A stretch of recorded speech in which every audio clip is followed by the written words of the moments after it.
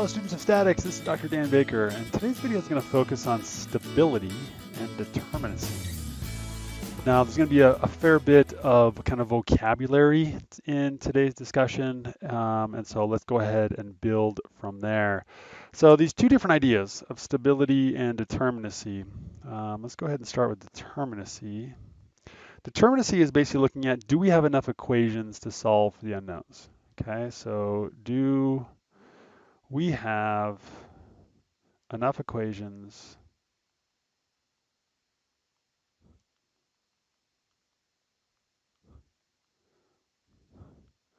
to solve for the unknowns? Of course, one of the key things in engineering is we have to have enough equations, basically one equation per unknown, to have a determinate system. So this is directly in line with that. And then the other idea here is stability. Okay, and what stability is looking at is looks at, does a body have the correct supports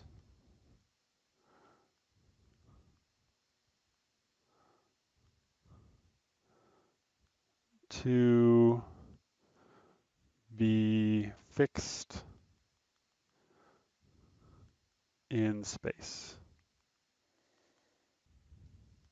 Okay, so really those two questions. Do we have enough equations to solve for the unknowns, and does the body have the correct supports to be fixed in space?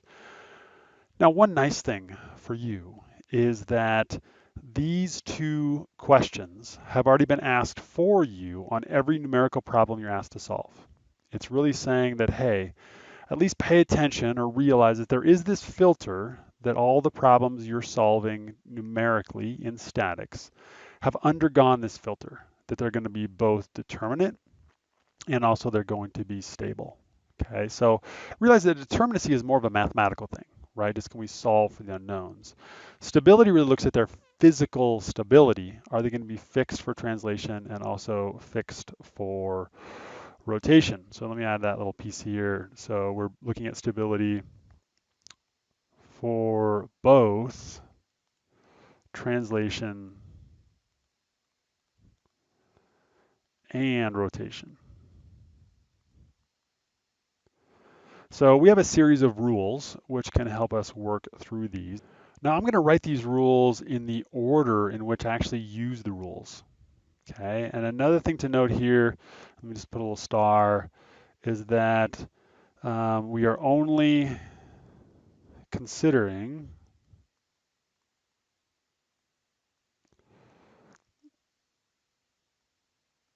reactions. Okay, that's reaction forces, and honestly it's only reaction forces. We're kind of leaving off reaction couples. They make things a little bit more complex. So we'll just go, we're only considering reaction forces in this analysis. So another way of saying that is that once we have a set of reactions that are both stable and determinate, it doesn't matter what loads we put on it, that body will stay stable and determinate, okay, as long as we know what the value of the loads are. All right, so let's look a little bit deeper here into this idea of determinacy. So that's going to be rule number 1. And once again, the question fundamentally here for determinacy is the number of unknowns equal to the number of equations?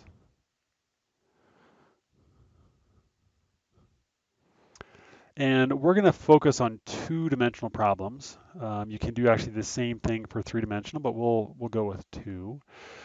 And so we've talked about the maximum number of unknowns in a two-dimensional problem is 3. Hopefully either you said that out loud or in your mind, right? There's 3 degrees of freedom, therefore we have 3 independent equations, therefore we can have 3 unknowns.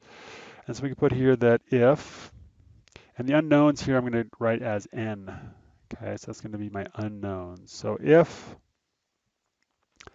n is equal to 3, we can say that the system is determinate.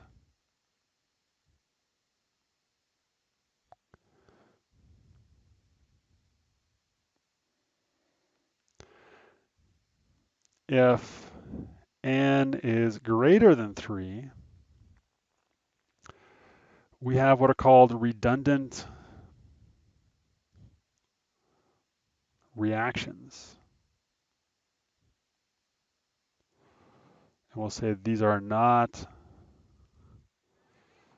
solvable in statics.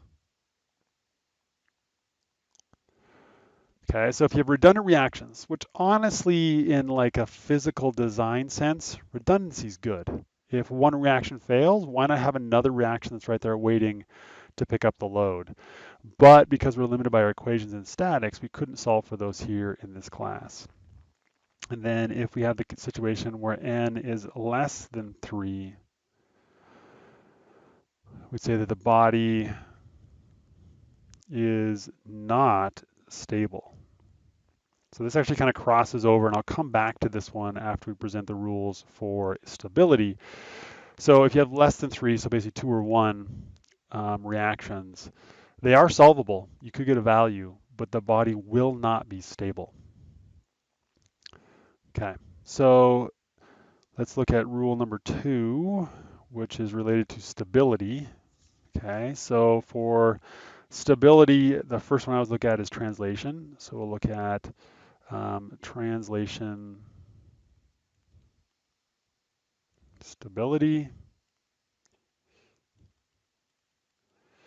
And really the kind of reactions that prevent our body from translating are non-parallel reactions. Okay, so for translation stability, we want non-parallel reactions.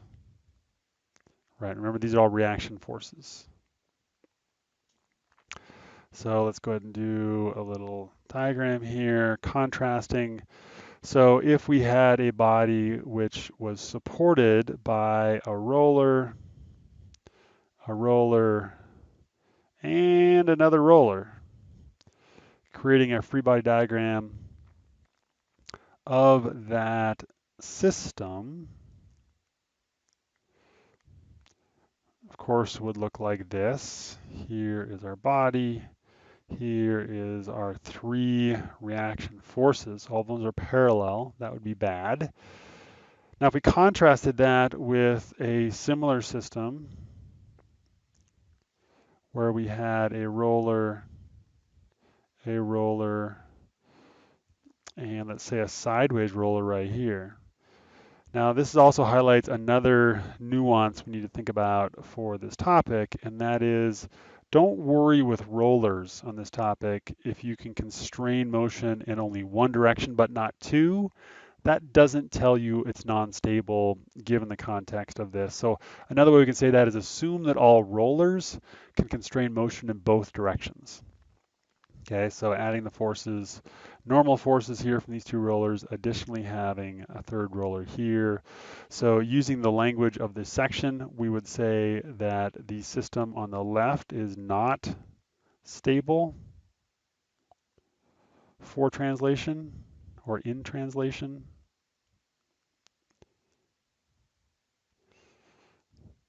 Basically, any lateral force, any horizontal force is going to cause movement. And this one over here is stable for translation.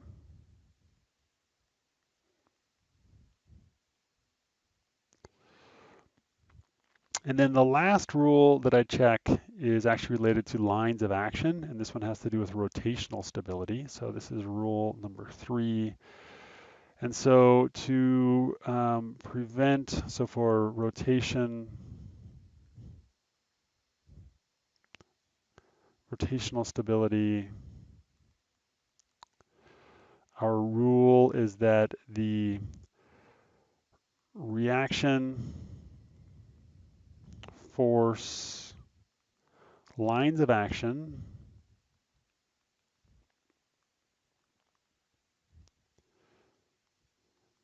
need to intersect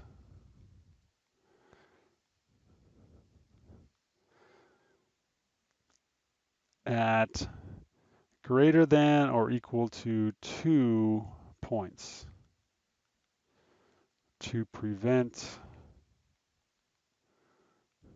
rotation. So looking at some contrasting examples there, let's just stick with our very simple rectangular body. So let's say we have a pin and a horizontal applied roller, and then this one over here, the exact same two types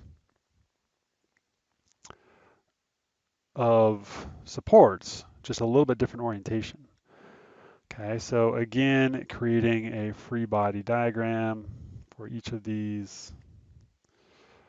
And again, this isn't the full free body diagram because it doesn't have applied forces, so you can think of it as the free body diagram of the reactions. So we'd have pin forces available there, and then a normal force available here. And then assuming the same two pin forces, independent X and Y components coming from that pin, and then a third force here. So looking at these lines of action, here would be my vertical line of action. Here, actually shared between both those horizontal forces would be that line of action. And then again, here would be the vertical line of action, and then shared here, excuse me, not shared for this one. That would be the horizontal component line of action, and then a third line of action over here.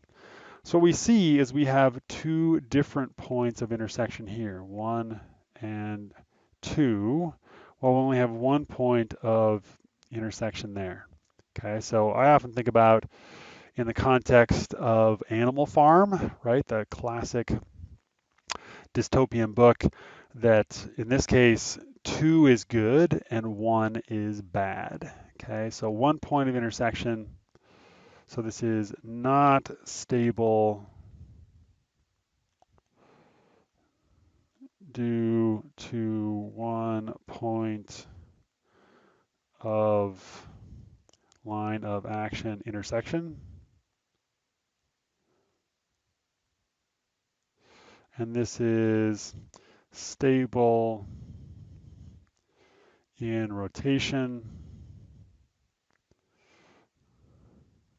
with 2 points of line of action intersection.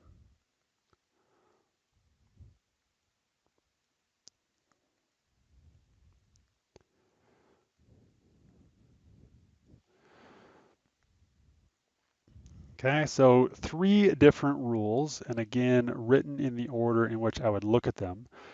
All 3 require free body diagram, noting that it's a free body diagram of just the reactions. Any other forces added would have known values.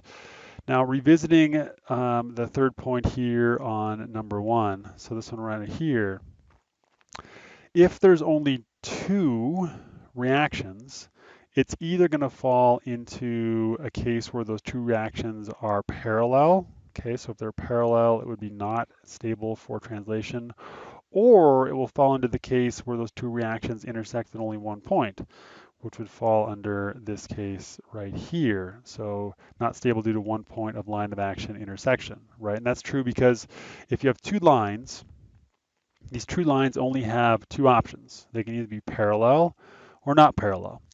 If the 2 lines of action are parallel, then it won't be fixed for translation. If they're not parallel, they're going to intersect somewhere, and it wouldn't be fixed, or fundamentally, it wouldn't be stable under rotation. Okay, so again, N3, so if we're looking at what are the good things, just to highlight those, N3 is a good thing, right? We want 3 unknowns, a determinate system, no redundancy. We want non-parallel reaction forces, stable for translation, and we want 2 points of intersection. Those 3 things give us a system that is solvable in statics.